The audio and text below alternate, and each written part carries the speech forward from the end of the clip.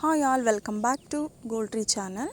ಯಾರೆಲ್ಲ ನನ್ನ ಚಾನಲ್ನ ಸಬ್ಸ್ಕ್ರೈಬ್ ಮಾಡಿಲ್ಲ, ಪ್ಲೀಸ್ ಸಬ್ಸ್ಕ್ರೈಬ್ ಮಾಡಿ, ಶೇರ್ ಮಾಡಿ, ಲೈಕ್ ಮಾಡಿ, ಸಪೋರ್ಟ್ ಮಾಡಿ ಅಂತ ಹೇಳ್ತಾ ಇವತ್ತಿನ ಒಂದು ವಿಡಿಯೋ ಏನಪ್ಪ ಅಂತಂದರೆ ಚೇಪೆಕಾಯಿ ಎಲೆ. ಮೀನ್ಸ್ ನಿಮ್ಮ ಕಡೆ ಎಲ್ಲ ಸೀಬೆಕಾಯಿ ಅಂತಲೇ, ಕೆಲವ್ರ ಕಡೆ ಸೀಬೆಕಾಯಿ ಅಂತಾರೆ, ಚೇಪೆಕಾಯಿ ಅಂತಲೇ ಕರೀತಾರೆ. ನಮ್ಮ ಕಡೆ ನಾವು ಚೇಪೆಕಾಯಿ ಅಂತಲೇ ಕರಿತೇವೆ. ಸೊ ಈ ಒಂದು ಎಲೆಯಿಂದ ನಾನು ಹೇರ್ ಕೇರ್ನ ಹೇಗೆ ಮಾಡ್ತೇನೆ ಅಂತ ತೋರಿಸ್ತೇನೆ ಬನ್ನಿ. ನಾನೀಗ ಚೆನ್ನಾಗಿ ತೊಳೆದಿರ್ತಕ್ಕಂಥ ಒಂದು 8 ಎಲೆನ ತೊಗೊಂಡಿದ್ದೇನೆ. ಈ 8 ಎಲೆಗೆ ನಾವು ಈಗ ಏನು ಮಾಡಬೇಕು, ಯಾವ ರೀತಿ ಮಾಡೋದು ಅಂತ ನೋಡೋಣ ಬನ್ನಿ.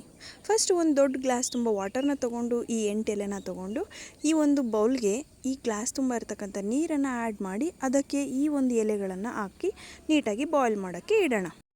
ಇದು ಒಂದು 15 to 20 ಮಿನಿಟ್ಸ್ ಬಾಯ್ಲ್ ಆಗಬೇಕು. ಚೆನ್ನಾಗಿ ನೀರು ಕುದಿದು ಎಲೆಯಲ್ಲಿರ್ತಕ್ಕಂಥ ಹಸಿರು ಬಣ್ಣ ಎಲ್ಲನೂ ನೀರಿಗೆ ಸೇರ್ಕೋಬೇಕು. ಮೀನ್ಸ್ ಆಗ ನೀರು ಕೂಡ ಗ್ರೀನ್ ಕಲರ್ ಬರುತ್ತೆ. ಆ ಒಂದು ಬಣ್ಣ ಬರೋವರೆಗೂ ನಾವು ಚೆನ್ನಾಗಿ ಕುದಿಸ್ಬೇಕು. ಸೊ ಈ ಒಂದು ಕುದಿದ ಮೇಲೆ ನಾವು ಇದನ್ನು ಹೇಗೆ ಅಪ್ಲೈ ಮಾಡೋದು ಅಂತ ಹೇಳ್ತೀನಿ. ಅದಾದ ನಂತರ ನೆಕ್ಸ್ಟ್ ಈ ಒಂದು ಎಲೆಯಿಂದ ನಮಗೆ ಏನೆಲ್ಲ ಒಂದು ಬೆನಿಫಿಟ್ಸ್ ಇದೆ ಅಂತ ನೋಡೋಣ. ಫಸ್ಟು ಆ್ಯಕ್ಚುಲಿ ಈ ಒಂದು ಗೋವಾ ಲೀವ್ಸ್ ಅಂತಕ್ಕಂಥದ್ದು ನ್ಯಾಚುರಲ್ ಹೇರ್ ರೆಮಿಡಿ ಅಂತಲೇ ಹೇಳ್ಬೋದು.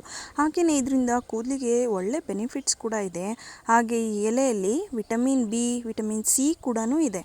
ಇದರಿಂದ ಕೂದಲಿಗೆ ಏನೆಲ್ಲ ಉಪಯೋಗ ಇದೆ ಅಂತ ನೋಡೋದಾದರೆ, ಹೇರ್ ಗ್ರೋತ್, ಕೂದಲು ಬೆಳೀಲಿಕ್ಕೆ ತುಂಬಾ ಉಪಯೋಗ ಮಾಡುತ್ತೆ ಇದು.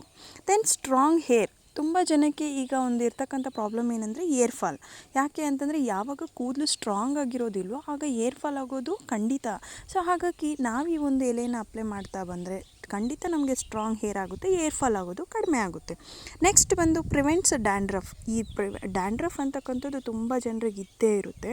ಸೊ ಹಾಗಾಗಿ ನಾವು ಏನೆಲ್ಲ ಶಾಂಪು, ಕ್ರೀಮ್ಸನ್ನೆಲ್ಲ ಯೂಸ್ ಮಾಡಿರ್ತೀವಿ. ಸೊ ಈ ಥರ ನ್ಯಾಚುರಲಿ ಒಂದು ರೆಮಿಡಿಯನ್ನು ಕೂಡ ನಾವು ಟ್ರೈ ಮಾಡ್ಬೋದು.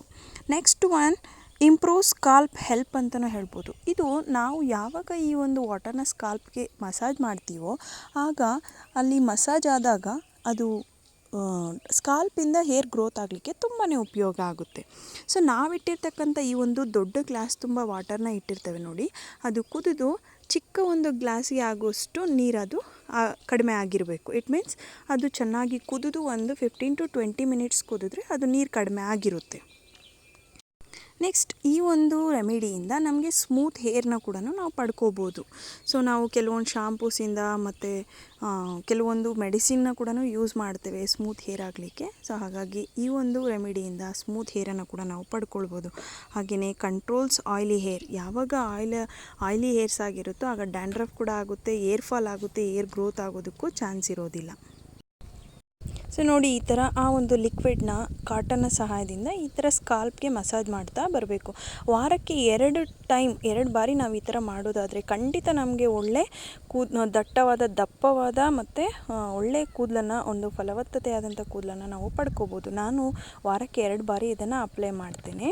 ಸೊ ನನಗೇ ತುಂಬಾ ಒಳ್ಳೆ ಬೆನಿಫಿಟ್ ಸಿಕ್ಕಿದೆ ಅಂತಲೇ ಹೇಳ್ಬೋದು. ಸೊ ಗೈಸ್, ನನ್ನ ಈ ಒಂದು ವಿಡಿಯೋ ನಿಮಗೆ ಇಷ್ಟ ಆಗಿದ್ದರೆ ಪ್ಲೀಸ್ ಲೈಕ್ ಮಾಡಿ, ಶೇರ್ ಮಾಡಿ, ಸಪೋರ್ಟ್ ಮಾಡಿ, ಹಾಗೆ ಕಮೆಂಟ್ ಮಾಡಿ. ಇನ್ನು ಯಾರೆಲ್ಲ ನನ್ನ ಚಾನಲ್ನ ಸಬ್ಸ್ಕ್ರೈಬ್ ಮಾಡದೆ ನೋಡ್ತಾ ಇದ್ದೀರಾ, ದಯವಿಟ್ಟು ಸಬ್ಸ್ಕ್ರೈಬ್ ಮಾಡಿಕೊಂಡು ನನ್ನ ಚಾನಲ್ನ ನೋಡಿ.